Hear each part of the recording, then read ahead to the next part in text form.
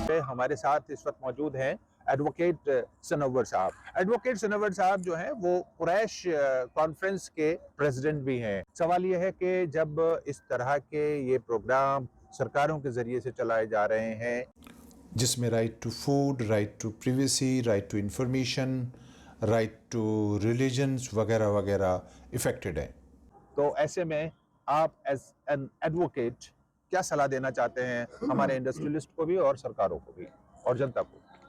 मैं सरकार को यही कहना चाहूँगा कि 18 नवंबर 2023 को जो यूपी गवर्नमेंट ने हलाल के प्रोडक्शन पर, स्टोरेज पर, डिस्ट्रीब्यूशन पर और सेल पर डोमेस्टिक कंजम्पशन के लिए जो बैन किया है हलाल प्रोडक्ट को, वो टोटली आर्बिट्रेरी है, अनफेयर है, अनजस्ट है। इसका रीज़न ये है कि हलाल कंजम्पशंस, जो हलाल प्रोडक्ट का कंजम्पशन जो है वो हमारे संविधान के आर्टिकल 25 में, आर्टिकल 21 में और आर्टिकल 19 में पूरी तरीके से प्रोटेक्टेड है। हर एक शहरी को, हर एक नागरिक को ये हक है जो फ्रीडम ऑफ रिलीजन में कि वो अपने धर्म को प्रैक्टिस करे, प्रोपोगेट करे और उसको जो है प्रोफेस करे। अगर आप हलाल जो एक शरीयत का एक हिस्सा है, अगर उस कंजम्पशन के ऊपर बैन लगाते हैं तो उसके जो फ्रीडम ऑफ रिलीजन है उसका डायरेक्ट इन्फ्रिंचमेंट होता है। आपके नो वन कैन डिसाइड, ये तो जो कंज्यूमर है वो ही डिसाइड करेगा वो झटका खाना चाहता है या हलाल खाना चाहता है। तो इसमें जो है, इसमें और फिर सरकार ने कोई एम्पेरिकल स्टडी भी नहीं है, कोई ऐसी चीज नहीं है कि हलाल कंजम्पशन जो बढ़ रहा है तो उससे नॉन हलाल को कोई लॉस हो रहा है। कंपनियां हलाल प्रोडक्ट भी बना सकती हैं, मेथोडोलॉजी की बात है। आप मेथोडोलॉजी को अडॉप्ट करिए क्योंकि ये बहुत ही रिलीजियस इशू है, शरीयत से जुड़ा हुआ इशू है।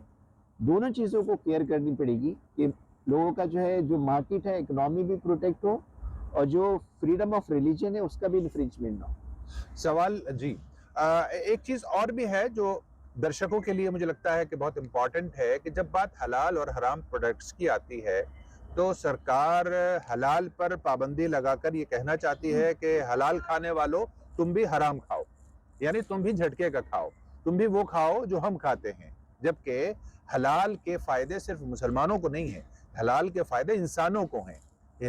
हलाल जो है वो मेडिकली ये बात प्रूव्ड है कि जो हलाल यानी गोश्त होता है वो कहीं ना कहीं इंसान की सेहत के लिए बहुत फायदेमंद होता है। तो हमें चाहिए कि हम इस सिलसिले में जो है वो हलाल प्रोडक्ट्स के बारे में बहुत ही अलर्ट हों और कोशिश करें कि हलाल ही हो तो ज़्यादा अच्छा है। तो बात जब हलाल प्रोडक्ट की आ ही रही है तो हम ये समझने की कोशिश कर रहे हैं आपसे कि और भी बहुत सारे खाद्यान्न पदार्थ हैं, जैसे दूध, डेयरी प्रोडक्ट्स हैं, और हम देखते हैं कि दूध जो है वो केमिकल्स से बनाया जा रहा है, खुलेआम उसकी वीडियोस दिखाई जा रही हैं।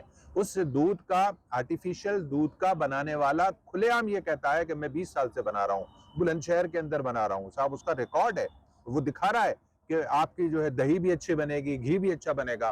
तो उस पर अभी तक कोई पाबंदी नहीं है।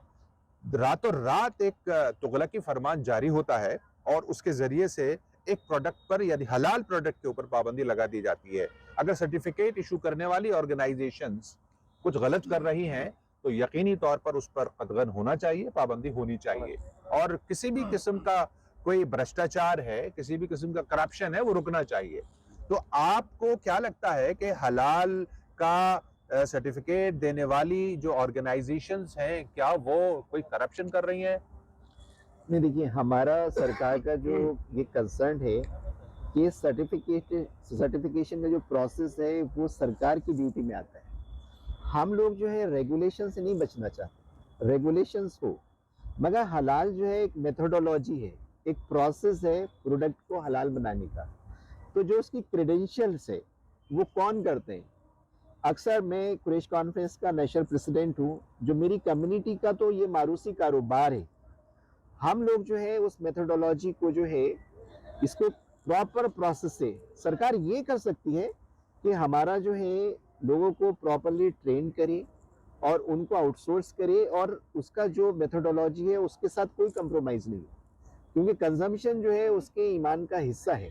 एक हलाल जो कंजम्पशन है उसके ईमान का हिस्सा है और वो उसके लिए संविधान ने उसको रिकॉग्नाइज किया है। संविधान ने पूरी उसको आज़ादी दी है कि वो अपने मज़हब के हिसाब से कंजम्पशन को डिसाइड करे।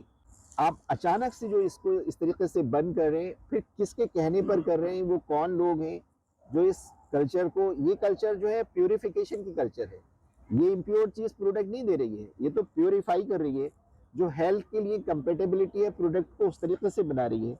आप साइंटिफिकली ये प्रूफ है जो हलाल प्रोडक्ट है वो मच बेटर है झटके से, ये तो साइंटिफिकली प्रूफ है, ये तो वर्ल्ड वाइड नोन फैक्ट है, इसमें तो कोई कोई बहस की डिबेट भी नहीं गुंजाइश है, है। हाँ। कोई डिबेट की नहीं है। तो आप एक ऐसे जो साइंटिफिकली प्रूफ है, जिसको सारे वर्ल्ड वाइड जो है रिकॉग्निशन मिली हुई है, आप उस प्रोडक्ट को एक किसी ऐसे उसमें कि अगर किसी का नॉन हलाल का प्रोडक्ट की कोई सेल कम हो रही है तो ये कोई तरीका नहीं हुआ ना कि उसको बैन करने का। हाँ, आप जो है उसके मेथोडोलॉजी को इंश्योर करें और रिकॉग्निशन के अपना प्रोसेस करें। आप अपना जो भी आपका रेगुलेशन है वो रेगुलेशन लाएं। हम तो चाहते हैं बिल्कुल गवर्नमेंट के उसमें रहें, मगर रिलीजियस फ्रीडम भी इंश्योर हो और जो है अपना इकोनॉमी भी उसको भी दे। जमीयत उलमाए हिंद